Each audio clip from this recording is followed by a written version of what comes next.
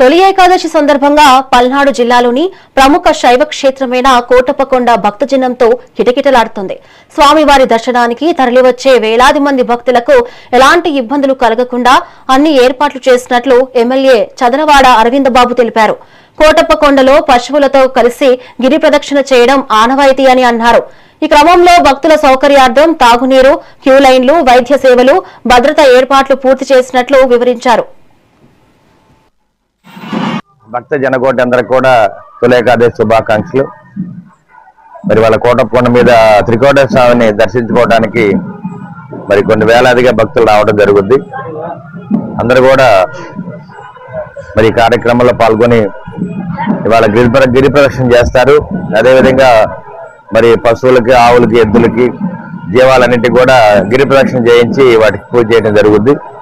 ఇటువంటి కార్యక్రమంలో భక్తులందరూ కూడా ఇవాళ వేలాదిగా త్రికోటేశ్వర స్వామిని దర్శించుకొని స్వామివారి యొక్క సన్నిధికి చేరడానికి అందరూ కూడా స్వామివారి తీర్థ ప్రసాదాలు తీసుకొని అందరూ కూడా తరించాలని చెప్పి మీడియా ముఖంగా తెలియజేస్తున్నాం. గురవే సర్వలోకానాం భజతే భవరోగిణాం నిధయే సర్వ విద్యానాం దక్షిణామూర్తయే నమః. శ్రీ త్రికోటేశ్వర స్వామివారి దేవస్థానం కోటప్పకొండ అపర కైలాసం అన్నట్టుగా వెలుగొందుతున్న మహాక్షేత్రం, శైవ క్షేత్రం. ఈ క్షేత్రంలో ఈ రోజున తొలి ఏకాదశి, దీన్నే శయన ఏకాదశి కూడా అంటారు.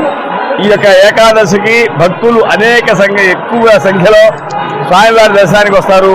ఆ వచ్చే యొక్క భక్తులకి ఎలాంటి ఇబ్బందులు కలగకుండా అన్ని ఏర్పాట్లు చేయడం జరిగింది దేవస్థానంలో. తర్వాత అభిషేకాలు మొత్తం కూడా మూల విరాటు చేయడానికి ఇబ్బందికరంగా ఉంటుంది కాబట్టి అభిషేక మండపాల్లో అభిషేకాలు చేయించుకొని అదే టికెట్ మీద స్వామివారి దర్శనానికి వస్తారు. తదుపరి స్వామివారి శీఘ్ర దర్శనం, ప్రత్యేక దర్శనం, ఉచిత దర్శనాలు మొత్తం కూడా ఉన్నాయి. స్వామివారికి ఉచిత ప్రసాదం కూడా పంపిణీ జరుగుతూ ఉంటుంది. తర్వాత భక్తులకు ఎలాంటి ఇబ్బంది లేకుండా వాటర్ ప్యాకెట్లు కానివ్వండి, మజ్జిగ ప్యాకెట్లు కానివ్వండి, అనేక రకాలుగా సౌకర్యాలు చేయడం జరిగింది.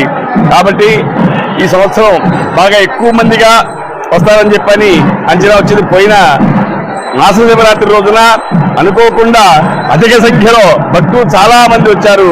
విపరీతమైన ఫ్లోటింగ్ చాలా ఎక్కువ అయిపోయింది. అలానే మళ్ళీ ఈ రోజు కూడా ఇబ్బంది కలుగుతున్న ఉద్దేశంగా అన్ని ఏర్పాట్లు చేసి ఎలాంటి భక్తులకు ఇబ్బంది లేకుండా అన్ని సౌకర్యాలు చేసి ఏర్పాటు చేశారు. కాబట్టి స్వామివారికి తొలి ఏకాదశి సందర్భంగా ఫస్ట్ బ్రాహ్మీ ముహూర్తంలో 3:30 దగ్గర నుంచి 4 గంటల వరకు బెందతీర్థం తీసుకొచ్చేసి స్వామివారి ప్రథమ రుద్రాభిషేకం జరిగింది. నమః.